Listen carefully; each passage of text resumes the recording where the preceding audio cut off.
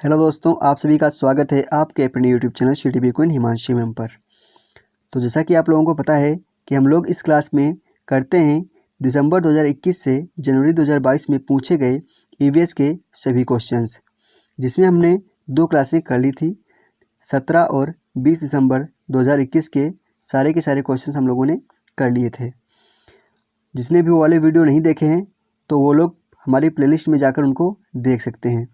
Class शुरू करने से पहले सभी लोग नोटबुक और पेन ले लीजिएगा, क्योंकि कई सारे क्वेश्चन ऐसे हैं जिनमें आपको उनकी आवश्यकता पड़ने वाली है। तो सभी लोग नोटबुक और पेन ले लीजिए। और आप लोगों को बताना चाहूँगा, आज के जो सारे क्वेश्चन हैं 30 के 30, इनकी जो आंसर की है वो हमने CTET की ऑफिशियल वेबसाइट से डाउनलोड की हुई है। कोई भी आंसर हम लोग अपने मन से नहीं बताते हैं। तो सारे के सारे जो आंसर हैं वो CTET की ऑफिशियल आंसर की से मैच करते हुए आंसर रहने वाले हैं। सभी लोग नोटबुक और पेन निकाल लीजिए, फिर देखते हैं आज का पहला क्वेश्चन। तो पहला क्वेश्चन है, नीचे दी गई सूची पर विचार कीजिए। सूची क्या है? झील, झरना, तालाब, पहाड़ी, नदी। उपरोक्त सूची में से कौन सा इनमें से भिन्न है? चलिए बताइए, झील, झरना, तालाब, पहाड़ी, नदी में से कौन सा भिन्न है? बहुत ही अच्छा क्वेश्चन है। Consider the following list: spring, lake, pond, hill, river. In the list, which one of the following is different from the others? चलिए बताइए, क्वेश्चन नंबर 1 में आंसर क्या सही हो जाएगा? बहुत ही सिंपल सा आंसर था। क्या हो जाएगा? पहाड़ी इन तीनों से भिन्न है, यानी इसका आंसर नंबर 4 बिल्कुल सही है। नेक्स्ट क्वेश्चन है क्वेश्चन नंबर 2, नीचे दिए गए कथनों पर विचार कीजिए।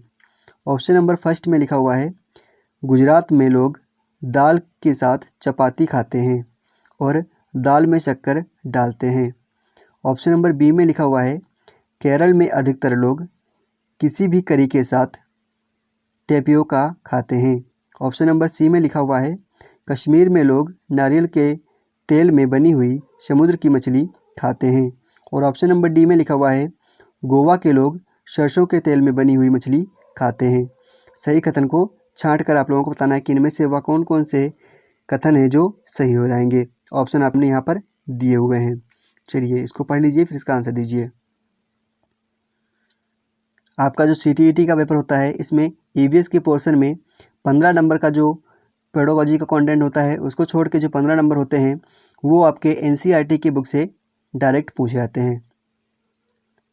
क्लास 3rd, 4th और 5th की जो NCERT की बुक होती हैं उनसे इनको निकाल कर बनाया जाता है। तो क्वेश्चन नंबर 2 का आंसर बताइए क्या सही हो जाएगा? क्वेश्चन नंबर 2 का आंसर नंबर फर्स्ट बिल्कुल सही है। A और B केवल इसके सही हैं। नेक्स्ट क्वेश्चन है क्वेश्चन नंबर 3, नीचे दिए गए पक्षियों की वह कौन सी प्रजाति जिसकी आंख मानव की भांति उसके सामने की ओर होती हैं? तो चलिए क्वेश्चन नंबर 3 का आंसर बताइए। क्वेश्चन नंबर 3 का आंसर बताइए, इनमें से वह कौन सा पक्षी है जिनकी आंख मानवों की तरह सामने की ओर होती हैं, यानी जिनकी आंख जो होती हैं वो सर्व के सामने होती हैं। जैसे हम लोगों की आंखें होती हैं वैसे ही पक्षी की आंखें भी होती हैं। क्वेश्चन नंबर 3 का आंसर क्या हो जाएगा? उल्लू की आंख जो होती है वो मानवों की तरह सामने की ओर होती हैं। नेक्स्ट क्वेश्चन है क्वेश्चन नंबर 4। तो क्वेश्चन नंबर 4 का आंसर जो था वो सभी को कॉमन मिला था, क्योंकि इसमें जो है ऑप्शन सही नहीं दिए गए थे। इनमें कोई भी ऑप्शन जो था वह सही नहीं था, इसीलिए इसका आंसर सबको कॉमन मिला था। देखते हैं नेक्स्ट क्वेश्चन। नेक्स्ट क्वेश्चन है क्वेश्चन नंबर 5, हाथियों के विषय में नीचे दिए गए कथनों पर विचार कीजिए। ऑप्शन नंबर ए में लिखा हुआ है, हाथी एक समूह जिसे झुंड कहते हैं में रहते हैं। बी में लिखा हुआ है, हाथियों के झुंड में केवल हथनियाँ और बच्चे ही रहते हैं। सी में लिखा हुआ है, हाथियों के झुंड में कितनी भी हथनियाँ और बच्चे रह सकते हैं। और डी में लिखा हुआ है, हाथी 4 से 5 वर्ष की आयु होने तक ही झुंड में रह सकते हैं। इसके पश्चात वह अपना झुंड छोड़कर हाथियों के झुंड में सम्मिलित हो जाते हैं। इनमें से सही कथन का चुनाव आप लोगों को करना है। चलिए क्वेश्चन नंबर 5 को पढ़ लीजिए, फिर इसका आंसर दीजिए। सही कथन का चुनाव करना है आप लोगों को।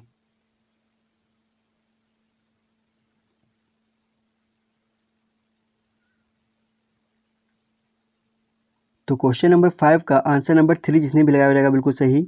इसका केवल ए और बी वाला सही है, सी और डी इसके गलत हैं। नेक्स्ट क्वेश्चन है क्वेश्चन नंबर 6। कोई व्यक्ति 29 सितंबर 2019 को एक एक्सप्रेस ट्रेन से सूरत से नागरकोइल जाने के लिए बैठा। यह ट्रेन सूरत से 20:45 बजे चली और 1 अक्टूबर 2019 को 12:45 बजे नागरकोइल पहुंची। जब सूरत से नागरकोइल के बीच ट्रेन मार्ग की दूरी 2200 किलोमीटर है तो इस यात्रा में ट्रेन की औसत चाल क्या होगी। चलिए क्वेश्चन नंबर 6 को पढ़ लीजिए और इसको सॉल्व करके अपनी कॉपी में इसको सॉल्व करिए, फिर बताइए कि इसका आंसर इनमें से कौन सा आ जाएगा। जल्दी से सॉल्व करके बताइए। क्वेश्चन नंबर 6 का आंसर दीजिए।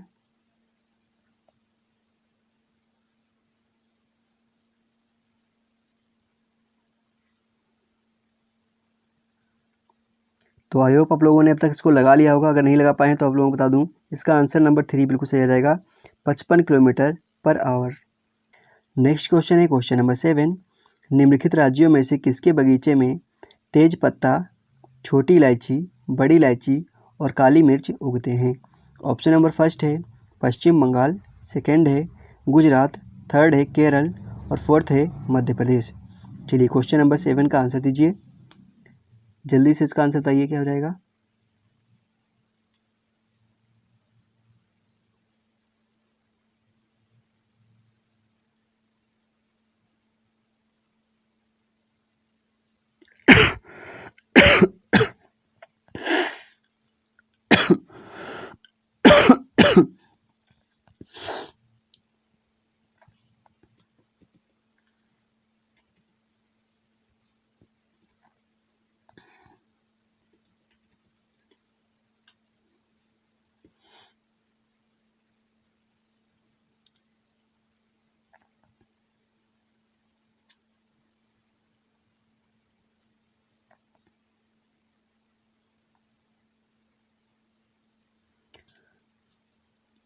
तो आई होप आप लोगों ने अब तक इसका आंसर कर लिया होगा। इसका आंसर क्या हो जाएगा, केरल। इसका आंसर क्या हो जाएगा, केरल। नेक्स्ट क्वेश्चन है क्वेश्चन नंबर 8। निपेथिंस के विषय में नीचे दिए गए कथनों पर विचार कीजिए। पहला ऑप्शन लिखा हुआ है यह पौधा कीड़े मकोड़ों, मेंढक और चूहों को फंसाकर उनका शिकार करता है। दूसरा ऑप्शन में लिखा हुआ है यह पौधा हमारे देश में नहीं पाया जाता है। और तीसरे ऑप्शन में लिखा हुआ है यह पौधा कीड़े मकोड़ों को खींचने के लिए मोहक आवाज़ें निकालता है। और चौथे ऑप्शन में लिखा हुआ है इसका आकार घड़े जैसा होता है जिसका मुंह पत्ती से ढका होता है। कोई भी कीड़ा मकोड़ा इसके मुंह के ऊपर पहुंचते ही इसमें फंस जाता है और बाहर नहीं निकल पाता है। अब चलिए बताइए कि इनमें से कौन सा कथन सही है। ये 4 जो कथन लिखे हुए हैं इनमें से कौन से कथन सही हैं और कौन सा कथन गलत हो जाएगा। क्वेश्चन नंबर 8 का आंसर दीजिए।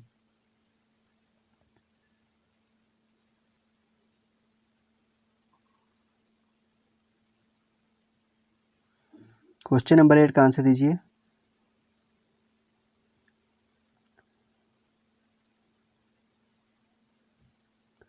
तो क्वेश्चन नंबर 8 का आंसर नंबर 2 बिल्कुल सही हो जाएगा, ए और डी सही है। बी वाला इसलिए सही नहीं है क्योंकि हमारे देश में पाया जाता है, कहाँ पे, मेघालय में पाया जाता है। और सी वाले में क्या बोल रहा है कि यह कीड़े मकोड़ों को खींचने के लिए मोहक आवाज़ें निकालता है। तो यह आवाज़ नहीं निकालता है, यह कीड़े मकोड़ों को खींचने के लिए अपनी जो है सुगंध वातावरण में फैलाता है, अपनी स्मेल वातावरण में फैलाता है, जिससे कीड़े मकोड़े मोहक होकर उसके पास खींचे चले आते हैं। नेक्स्ट क्वेश्चन है क्वेश्चन नंबर 9। दांडी यात्रा भारत की आज़ादी से पहले महात्मा गांधी के जीवन की महत्वपूर्ण घटना है। यह घटना घटी थी। चलिए क्वेश्चन नंबर 9 का आंसर दीजिए। दांडी यात्रा की घटना कब घटी थी। आप लोगों को बताना चाहूँगा कि इस क्वेश्चन का भी नंबर सबको कॉमन मिला था क्योंकि इसका आंसर जो था इसमें सही नहीं था। चलिए आप लोग बताइए कि दांडी यात्रा की घटना कब हुई थी। कमेंट बॉक्स में लिख के बताइए कि दांडी यात्रा की जो घटना थी वह कब हुई थी। इसमें सारे के सारे ऑप्शन जो हैं वो गलत हैं। दांडी यात्रा की जो घटना है वह कब घटित हुई थी, चलिए बताइए। क्वेश्चन नंबर 9 का आंसर दीजिए। तो सभी को पता होना चाहिए दांडी यात्रा की जो घटना थी वह 1930 में घटित हुई थी। कब, 1930 में घटित हुई थी। तो इसका आंसर जो था वह 1930 होना चाहिए था, जो कि ऑप्शन में नहीं दिया गया था। तो इसीलिए इसके सारे के सारे ऑप्शन जो थे वो गलत थे और इसका नंबर सभी को कॉमन मिला था। नेक्स्ट क्वेश्चन है क्वेश्चन नंबर 10। नीचे दिए गए रोग के प्रकरण में डॉक्टर रोगियों को गुड़, आंवला और हरी पत्तेदार सब्जियां खाने को कहता है। चलिए बताइए, इनमें से वह कौन सा रोग हो जाएगा जिसमें डॉक्टर रोगी को गुड़, आंवला और हरी पत्तेदार सब्जियां खाने के लिए बोलता है। ऑप्शन नंबर फर्स्ट में है मियादी बुखार, सेकंड में है अनीमिया, थर्ड में है चिकनगुनिया और फोर्थ में है डेंगू। बहुत ही अच्छा क्वेश्चन। क्वेश्चन नंबर 10 क्या हो जाएगा? एनीमिया में डॉक्टर रोगी को गुड़, आंवला और हरी पत्तेदार सब्जियां खाने के लिए कहता है। देखते हैं नेक्स्ट क्वेश्चन। नेक्स्ट क्वेश्चन है क्वेश्चन नंबर 11। माउंट एवरेस्ट के विषय में निम्नलिखित कथनों पर विचार करिए। पहला ऑप्शन है यह हमारे देश का भाग है। दूसरा ऑप्शन है इसकी चोटी की ऊंचाई 8,900 मीटर है। तीसरा ऑप्शन है बछेंद्री पाल इस पर्वत की चोटी पर कदम रखने वाली भारत की पहली महिला बन गई। चौथा ऑप्शन है इस पर्वत की चोटी पर हमारे देश का राष्ट्रीय ध्वज सर्वप्रथम 23 मई 1994 की दोपहर को गाड़ा गया था। चलिए बताइए, इनमें से कौन सा कथन सही हो जाएगा? बहुत ही अच्छा क्वेश्चन है क्वेश्चन नंबर 11। इसका आंसर बताइए क्या सही हो जाएगा? क्वेश्चन नंबर 11 का आंसर बताइए क्या सही हो जाएगा?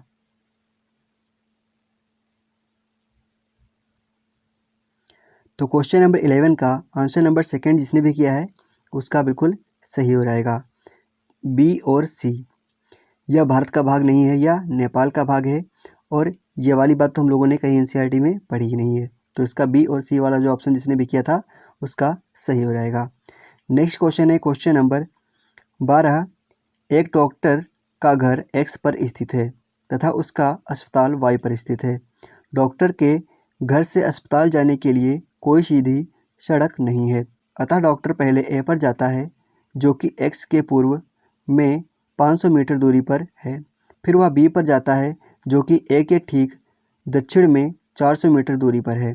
फिर वह सी पर जाते हैं जो कि बी के ठीक पश्चिम में 90 मीटर पर है और अंत में वह अपने अस्पताल पहुंच जाते हैं जो कि सी के ठीक उत्तर में 80 मीटर दूरी पर है। अस्पताल के सापेक्ष डॉक्टर के घर की सही दिशा क्या होगी? चलिए इस क्वेश्चन को अपनी नोटबुक में लिख लीजिए और जैसे जैसे इसमें बताता जा रहा है वैसे वैसे आप लोग करते जाइए। जिस जिस स्टेप में वो बताता जा रहा है कि इतनी दूर ऐसे गया फिर इतनी दूर ऐसे गया, वैसे वैसे इसको करते जाइए। फिर इसका आंसर बताइए क्या हो रहेगा। तो आई होप आप लोगों ने अब तक इसका आंसर निकाल लिया होगा। क्या आ जाएगा इसका आंसर? इसका आंसर आ जाएगा उत्तर पश्चिम, यानी इसका आंसर नंबर 2 बिल्कुल सही है। देखते हैं नेक्स्ट क्वेश्चन। Question number 13। रेगिस्तानी ओक नामक पेड़ के बारे में निम्न में से कौन सा कथन सही नहीं है?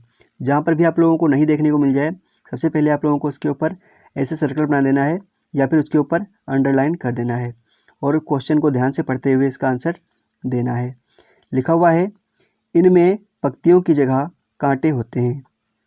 दूसरे में लिखा हुआ है इसकी जड़ें उथली होती हैं।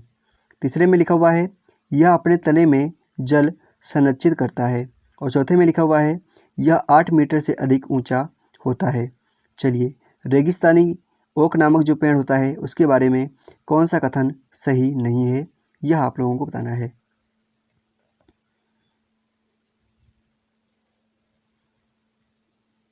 क्वेश्चन नंबर 13 का आंसर दीजिए।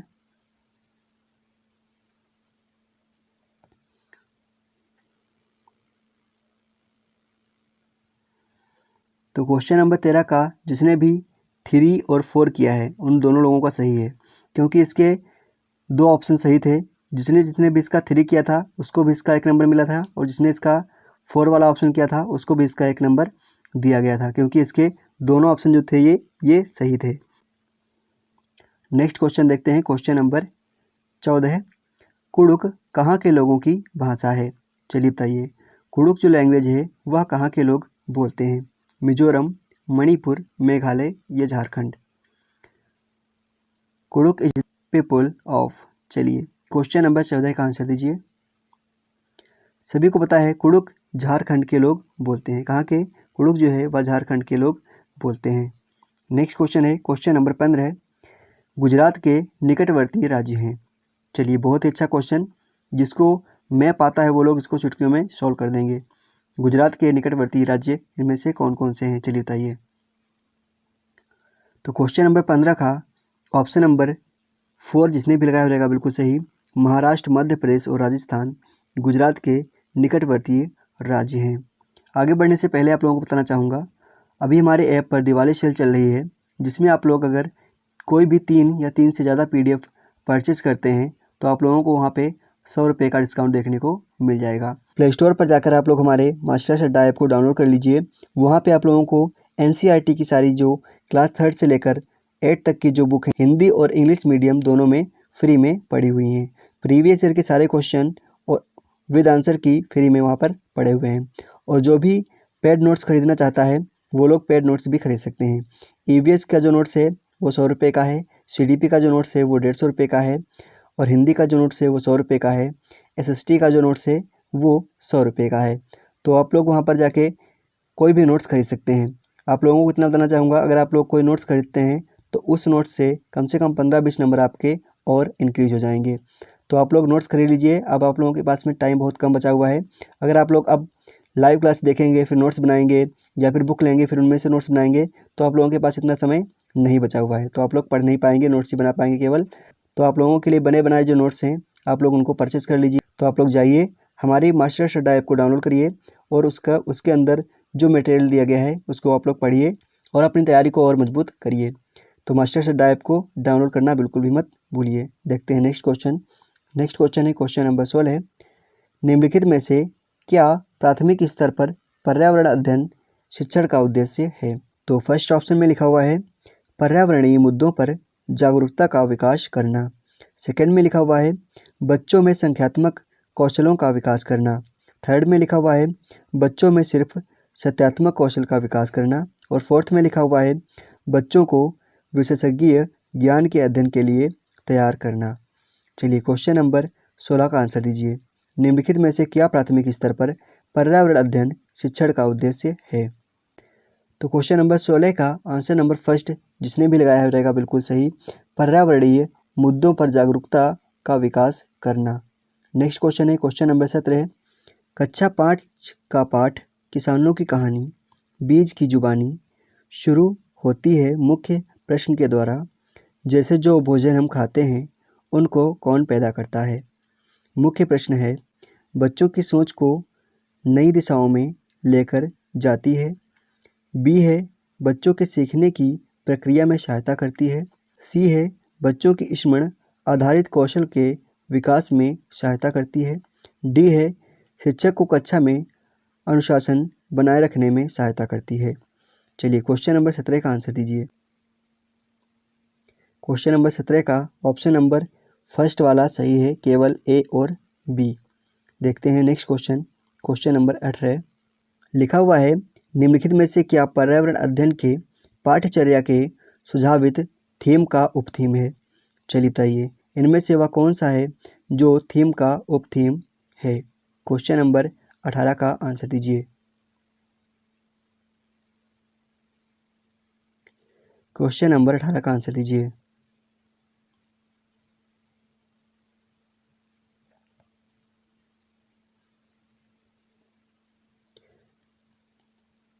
तो क्वेश्चन नंबर 18 का ऑप्शन नंबर 4 बिल्कुल सही हो जाएगा। जानवर और पौधे जो है वह उपथीम है। बाकी 3 के 3 जो ऊपर वाले हैं ये मेन थीम है। आप लोगों को बताना है कि मेन थीम जो है वह कितनी है, 3 हैं, 4 हैं, 5 हैं या फिर 6 थीम है। जो मेन थीम है वह कितनी है? EVS जो है वह कितने थीम पर आधारित है? सभी लोग कमेंट करके बताइए कि EVS की जो थीम है वह कितने थीम पर आधारित है। क्वेश्चन नंबर 18 का आंसर 4 बिल्कुल सही है। अब आप लोगों को बताना है कि EVS जो है वह कितने थीम पर आधारित है, 3, 4, 5 या 6 पर। नेक्स्ट क्वेश्चन है क्वेश्चन नंबर 19, पर्यावरण अध्ययन में सार्थकपूर्ण सीखना निम्नलिखित में से किसके द्वारा नहीं हो सकता? ऑप्शन नंबर फर्स्ट में लिखा हुआ है किस्से और कहानियों द्वारा। सेकंड में लिखा हुआ है बच्चों को अपने पर्यावरण को खोजने के अवसर देकर। थर्ड में लिखा हुआ है प्रत्येक उप प्रक्रमण के प्रारंभ में मुख्य प्रश्नों को पूछकर। फोर्थ में लिखा हुआ है बच्चों को स्मरण आधारित सीखने में शामिल करके। चलिए क्वेश्चन नंबर 19 का आंसर दीजिए। मैंने आप लोगों को बताया था जहाँ पर भी नहीं देखने को मिल जाए, क्वेश्चन में नहीं लिखा हुआ आ जाए, वहाँ पे आप लोगों को उसके ऊपर सर्कल कर देना है या फिर अंडरलाइन कर देना है। उसके बाद में क्वेश्चन को पढ़ना है, फिर इसका आंसर देना है। पूछा क्या गया है? नहीं हो सकता है, तो नेगेटिव पूछा गया है, तो नेगेटिव क्वेश्चन का आंसर हमेशा नेगेटिव ही होता है। तो इनमें से कौन सा नेगेटिव है? स्मरण हमेशा नेगेटिव आता है। स्मरण जो शब्द है वह हमेशा नेगेटिव में आता है। तो क्वेश्चन नंबर 19 का ऑप्शन नंबर 4 बिल्कुल सही हो जाएगा, क्योंकि हमसे नहीं पूछा गया था और यही इसका आंसर सही है। नेक्स्ट क्वेश्चन है क्वेश्चन नंबर 20। निम्नलिखित में से कौन से सीखने के सिद्धांत पर पर्यावरण आधारित होता है? ऑप्शन नंबर फर्स्ट है मूर्त से अमूर्त, सेकेंड है अमूर्त से मूर्त, थर्ड है वैश्विक से सामान्य और फोर्थ है अज्ञात से ज्ञात। चलिए क्वेश्चन नंबर 20 का आंसर दीजिए।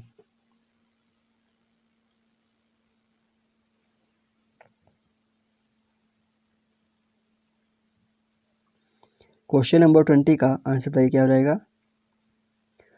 पर्यावरण शिक्षा जो है वह मूर्त से अमूर्त की ओर पर आधारित होता है, कंक्रीट टू एब्स्ट्रैक्ट की ओर पर आधारित होता है। नेक्स्ट क्वेश्चन है क्वेश्चन नंबर 21। निम्नलिखित में से कौन पर्यावरण अध्ययन का गुण नहीं होना चाहिए? चलिए बताइए इनमें से वह कौन सा है जो पर्यावरण अध्ययन का गुण नहीं होना चाहिए? नेगेटिव पूछा गया है, यहाँ पर भी आप लोग कर लीजिए, फिर इसका आंसर दीजिए। नेगेटिव जहाँ पर पूछा जाएगा वहाँ पर हमेशा नेगेटिव ही आंसर सही होगा। चलिए बताइए इनमें से आपको कौन सा ऑप्शन जो है वह नेगेटिव लग रहा है? क्वेश्चन नंबर 21 का आंसर दीजिए।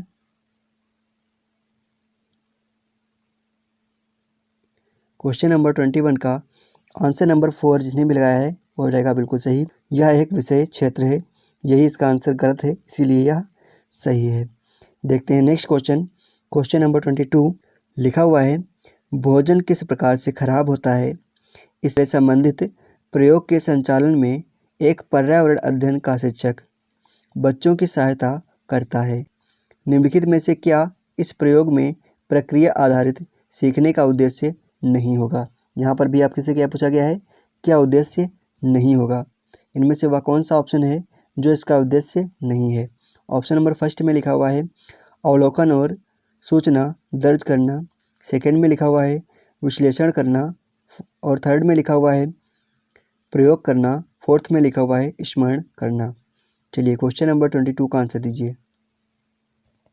अभी मैंने आप लोगों को बताया कि स्मरण जहाँ पर भी देखने को मिल जाए वो निगेटिव होता है, और जो अगर क्वेश्चन निगेटिव है तो उसका आंसर भी निगेटिव ही होगा। स्मरण क्या होता है? निगेटिव होता है, तो इसको आप लोग पहले ध्यान रखिएगा। नेक्स्ट क्वेश्चन है क्वेश्चन नंबर 23। निम्नलिखित में से क्या पर्यावरण अध्ययन में बच्चों के लिए ज्ञान की रचना के लिए प्रभावशाली संसाधन नहीं होगा? यहाँ पर भी क्या पूछा गया है, क्या संसाधन नहीं होगा? पहला ऑप्शन लिखा हुआ है वास्तविक जीवन की घटनाएं, दूसरे में लिखा हुआ है समुदाय सदस्य, तीसरे में लिखा हुआ है कक्षा की चारदीवारी, और चौथे में लिखा हुआ है बच्चों के स्थानीय संसाधन का उपयोग। चलिए क्वेश्चन नंबर 23 का आंसर दीजिए। जहाँ पर भी आपको क्वेश्चन में नहीं देखने को मिल जाए सबसे पहले आपको क्या करना है, उसके ऊपर सर्कल बना देना है, फिर उसको ध्यान से पढ़ना है, फिर उसी हिसाब से उसके आंसर देने हैं।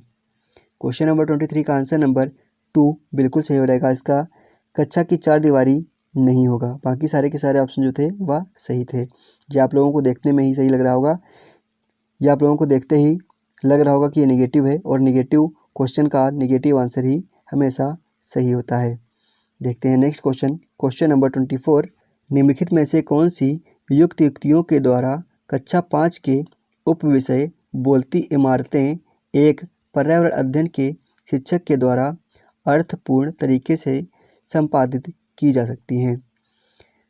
ऑप्शन नंबर फर्स्ट में लिखा हुआ है मानचित्र और चित्र, सेकंड में लिखा हुआ है व्याख्यान और चर्चा, थर्ड में लिखा हुआ है सर्वे के संचलन उपरांत उस पर चर्चा, और फोर्थ में लिखा हुआ है बच्चों को नारे लिखने के लिए कहना। चलिए क्वेश्चन नंबर 24 को सही से पढ़ लीजिए, फिर इसका आंसर दीजिए क्या हो जाएगा। निम्नलिखित में से कौन सी युक्तियों के द्वारा कक्षा 5 के उपविषय बोलती इमारतें एक पर्यावरण अध्ययन के शिक्षक द्वारा अर्थपूर्ण तरीके से संपादित की जा सकती हैं। क्वेश्चन नंबर 24 का आंसर नंबर फर्स्ट बिल्कुल सही हो जाएगा। केवल ए और सी, केवल ए और सी वाला सही है और बी और डी वाला गलत है। आप लोगों को देखते ही लग रहा होगा। नेक्स्ट क्वेश्चन है क्वेश्चन नंबर 25। बच्चों के सीखने की प्रगति के वर्णन अभिलेख आधारित होते हैं। ऑप्शन नंबर फर्स्ट है मौखिक तकनीकी पर, सेकेंड है प्रोजेक्ट तकनीकी पर, थर्ड है अवलोकन तकनीकी पर, फोर्थ है अभिन्यास तकनीकी पर। चलिए क्वेश्चन नंबर 25 का आंसर दीजिए। बच्चों के सीखने की प्रगति के वर्णन अभिलेख आधारित होते हैं। क्वेश्चन नंबर 25 का आंसर नंबर 3 बिल्कुल सही हो जाएगा, अवलोकन तकनीकी पर, ऑब्जर्वेशन टेक्निक पर। नेक्स्ट क्वेश्चन है क्वेश्चन नंबर 26। CCE के अनुसार पर्यावरण अध्ययन में स्व आकलन संबंधित होता है। एज पर CCE self assessment in EVS is related to सीखने के समान आकलन, सीखने के लिए आकलन, सीखने का आकलन या फिर के अंदर आकलन। चलिए क्वेश्चन नंबर 26 का आंसर दीजिए। तो क्वेश्चन नंबर 26 का option number first assessment as learning या फिर सीखने के समान आकलन बिल्कुल सही हो जाएगा। नेक्स्ट क्वेश्चन है क्वेश्चन नंबर 27। बच्चों के सीखने की प्रगति को आंकने के लिए शिक्षकों के द्वारा अक्सर पोर्टफोलियो का उपयोग किया जाता है। पोर्टफोलियो क्या है? ऑप्शन नंबर फर्स्ट में लिखा हुआ है बच्चों के सीखने की प्रगति का एक संचयी अभिलेख। सेकंड में लिखा हुआ है बच्चों द्वारा अपने कार्यों को प्रदर्शित करने में समर्थ बनाता है। ऑप्शन नंबर 3 में लिखा हुआ है सिर्फ एक वर्ष में बच्चों के स्कूल में उनकी उपस्थिति से संबंधित एक कथन है। फोर्थ में लिखा हुआ है बच्चों को सीखने और आकलन में सक्रिय भागीदारी बनाने में समर्थ करता है। चलिए क्वेश्चन नंबर 27 को पढ़ लीजिए, फिर यहाँ पर आपके सामने 4 विकल्प दिए गए हैं, इसमें से आप लोग सही आंसर को छांट कर बताइए क्या आंसर सही हो जाएगा।